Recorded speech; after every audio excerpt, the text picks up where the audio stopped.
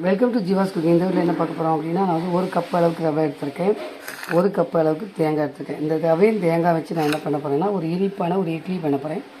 எப்படி பண்ணலான்னு பார்க்கலாம். ஃபஸ்ட்டு வந்து இந்த தேங்காய் நல்லா துருவிட்டு இந்த ரவை கூட சேர்த்து வச்சு அரைக்கணும். சரியா? பாருங்க, ரவையும் தேங்காயும் நம்ம அரைச்சி எடுத்துட்டோம். இதை வந்து நல்லா இட்லி பதத்துக்கு எடுத்துகிட்டு இது கூட நம்ம சுகர் சேர்க்கணும்.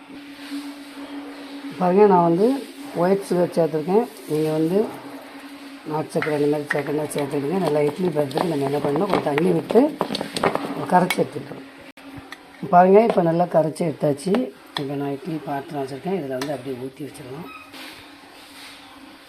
பாருங்கள், இப்போ வந்து நம்ம ஊற்றி வச்சு இப்போ வந்து அலங்காரம் பண்ணதுக்கு நம்ம என்ன பண்ணிடலாம்னா, ஒரு நம்ம பாதாம் பருப்பு வந்து நான் அப்படி வச்சுருக்கேன். நீங்கள் வந்து உங்களுக்கு தேவையில்லைன்னா விட்டுருங்க.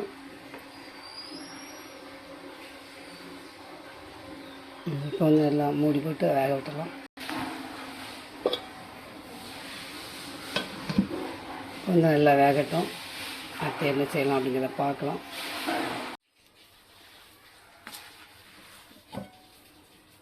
பாருங்கள், நல்லா வந்துட்டு இப்போ நம்ம வேறு பாத்திரத்துக்கு மாற்றிடலாம்.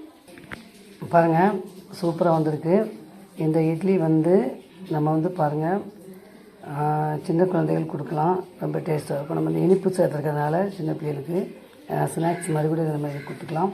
நீங்கள் வந்து காலை உணவு இல்லை இரவு உணவு இந்த மாதிரி நம்ம வந்து இதை வச்சுக்கலாம். நான் வந்து பாதாம் பருப்பு போட்டிருக்கிறதுனால இதுவும் நல்ல சத்தானது.